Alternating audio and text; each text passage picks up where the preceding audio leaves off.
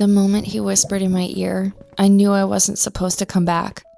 Travel apps should come with warning labels. Not the friendly kind, the real kind. The kind that say, if you match with the wrong person, you might not come back. I was backpacking through Thailand alone. My first solo trip, my first truly away from everything familiar trip. Everyone I met kept telling me the same thing. Use Hostelworld's link up feature.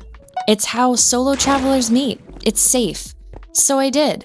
And that's how I met Aiden. His profile looked normal. A smiling guy in his late 20s, tan skin, an adventurous backpack strapped to his shoulders. A caption that read, "Chasing sunsets and good stories. Let's ride." He messaged me first. "Hey, you in Chiang Mai too? Want to check out some hidden spots? Locals showed me a secret route. Sunrise views are insane." Normally I'd hesitate, but he had 70 plus reviews from other travelers saying he was fun, super chill, and trustworthy. So I messaged him back. An hour later, he pulled up outside my hostel on a motorbike, waving like we'd known each other for years. He was friendly, talkative, almost too charming in that effortless, well-practiced way. "Ready?" he said. I nodded. I didn't know it would be the worst decision of my life. The ride started off normal. Then slowly, things shifted. The city faded behind us, buildings became trees, the paved road became gravel.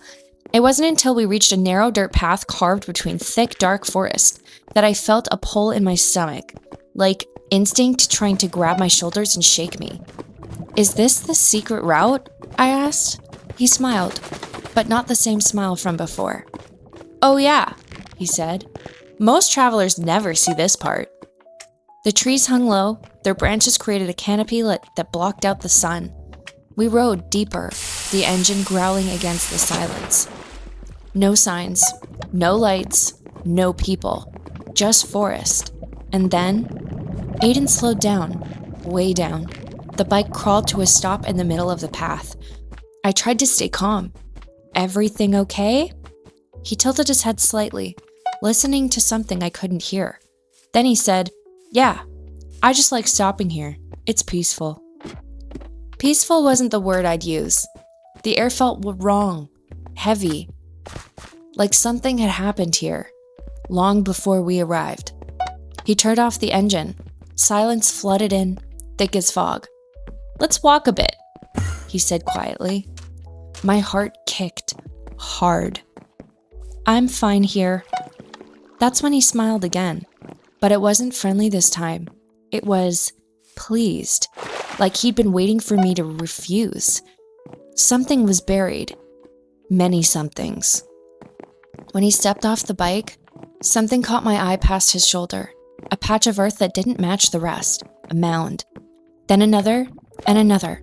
All spaced out, shallow, fresh, almost like... No, it couldn't be. My hands started to shake. "Aiden?" I whispered. "What is this place?" He didn't answer. Instead, he stepped closer, slowly, deliberately. "Most girls don't notice the mounds," he said softly, like he was discussing the weather. My chest tightened. What girls?" He stopped inches from my face, and then he leaned in. His breath hit my ear. His voice dropped to a whisper, low and calm. "You're not like the others. You're sweeter. Sweeter in a way I don't want to waste." My spine turned to ice. He wasn't complimenting me. He was categorizing me. I felt something deep inside me flip. A survival switch I didn't know I had.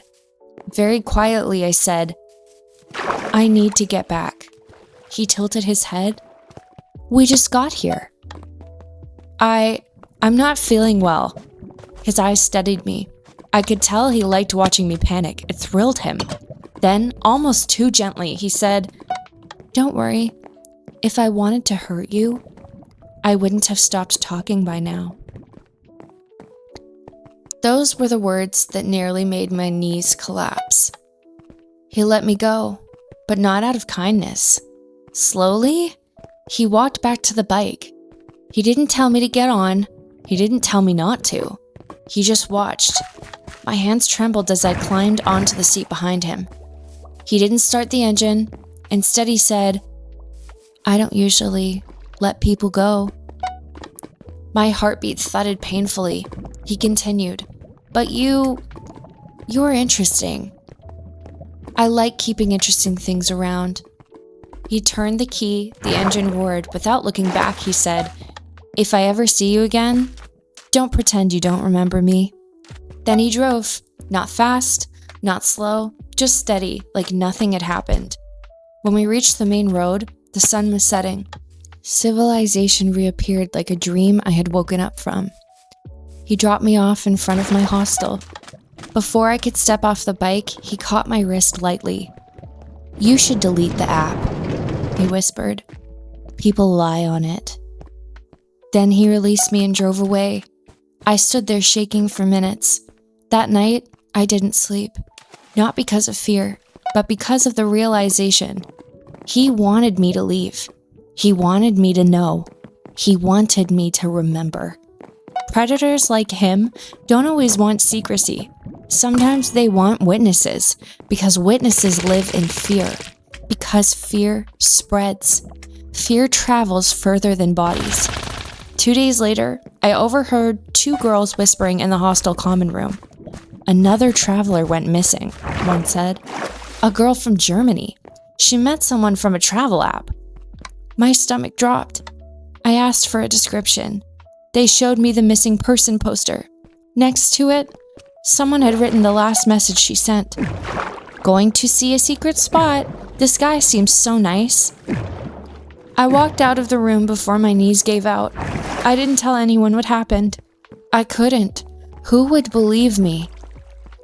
Who would believe that the friendly guy with the perfect reviews was taking girls into the forest and only letting some come back? I left Thailand the next morning. I still have nightmares about those dirt mounds, about his whisper, about the fact he's probably still out there, still matching with girls, still smiling, still taking them somewhere secret. And the scariest part, I'll never know why he let me go, or what made me sweeter than the others.